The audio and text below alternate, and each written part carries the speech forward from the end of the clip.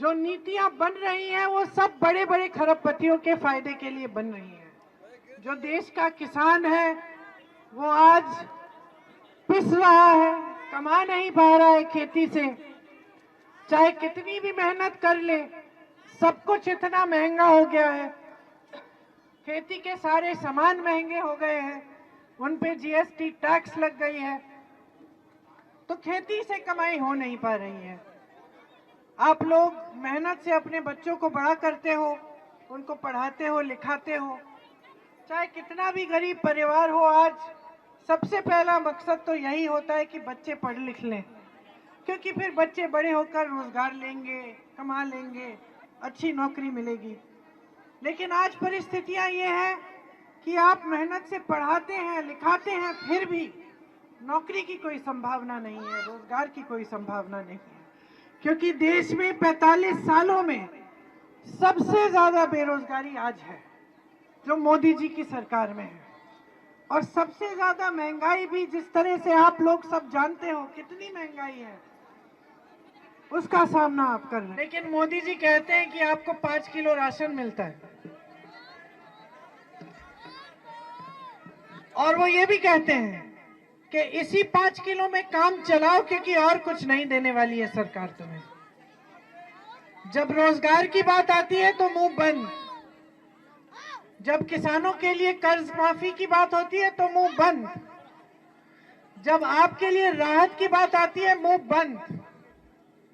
बड़े खरबपतियों को 16 लाख करोड़ रुपए कर्ज माफ किए हैं, 16 लाख करोड़ रुपए। कभी कभी मुझे समझ में ही नहीं आता कि ये इतने पैसे कितने हैं कि मैं गलती से 16,000 बोल देती हूँ, क्योंकि मेरे सोच से भी बाहर है कि 16 लाख करोड़ रुपए कितने पैसे होंगे कि ये अपने मित्रों को माफ कर रहे हैं, और देश का किसान गरीबी के दलदल में फंसा हुआ है। देश का किसान 10,000 रुपए के लिए, 50,000 रुपए के लिए आत्महत्या कर रहा है। मैं गई हूं ऐसे किसानों के घर में जो खाद के वितरण की लाइन में खड़े खड़े मर गए, जो 1.5 लाख रुपए का लोन लिया, उसको कर्ज लिया, वो चुका नहीं पाए, आत्महत्या कर ली। पूरा परिवार रो रहा है, पड़े हुए हैं सारे वहां। लेकिन मोदी जी इसकी चर्चा कभी नहीं करेंगे। मोदी जी से ये के मुंह से ये बात कभी नहीं निकलेगी। मोदी जी आपको ये नहीं बताएंगे कि 10 सालों में इन्होंने कितने रोजगार बना के दिए हैं। आपको मालूम है, मैं अपने पिताजी के लिए प्रचार करती थी अमेठी में, प्रधानमंत्री थे उस समय। आपको मालूम है क्या प्रचार होता था हमारा प्रचार होता था, हमारे पिताजी ने ये काम किए हैं, BHEL लाए हैं, HAL लाए हैं, आपको रोजगार दिलवाया है, यहाँ से यहाँ तक सड़क बनाई है, वहां पे इतनी सारी पानी की टूटियां लगवाई हैं, पंप लगाए हैं, इंडिया मार्क 1 लगाए हैं। ये होता था हमारा प्रचार। हमारा प्रचार होता कब था कि देखो इतने काम किए हैं और हम इतने काम करना चाहते हैं। इनका प्रचार क्या है? इनका प्रचार है कि कांग्रेस धर्म विरोधी पार्टी है, ये कह रहे हैं, धर्म विरोधी पार्टी है। इनका प्रचार है कि कांग्रेस के नेता एक एक्सरे मशीन लाके आपके घरों में घुस के आपके गहने ले जाएंगे। सबसे पहले मैं जानना चाहती हूं, कोई ऐसी एक्सरे मशीन है जिससे लोगों को गहने मिल जाएंगे?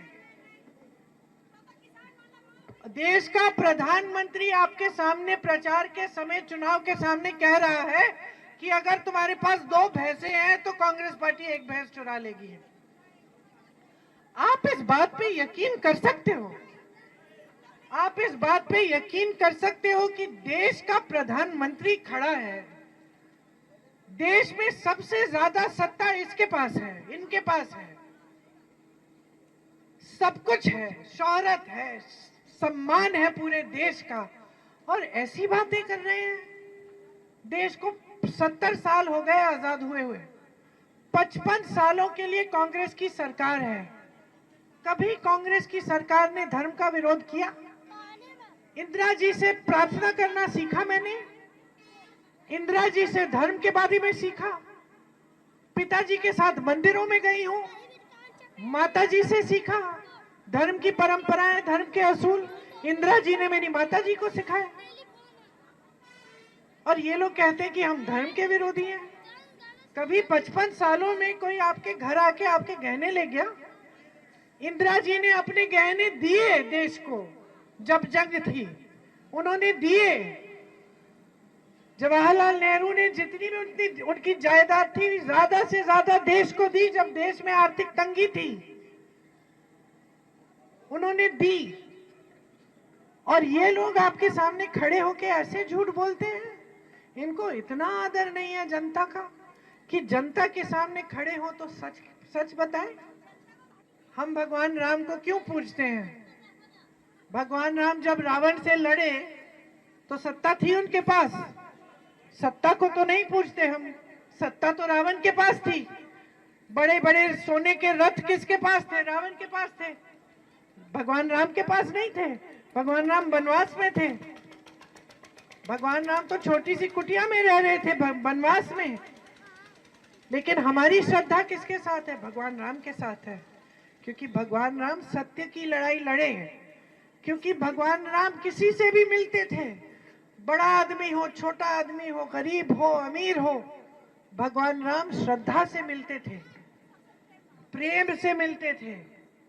इसीलिए हम भगवान राम को पूजते हैं, क्योंकि उनके दिल में सच्चाई थी।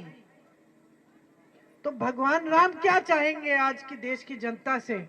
क्या भगवान राम ये चाहेंगे कि झूठ बोलने वाले उनके नाम से आपका वोट ले?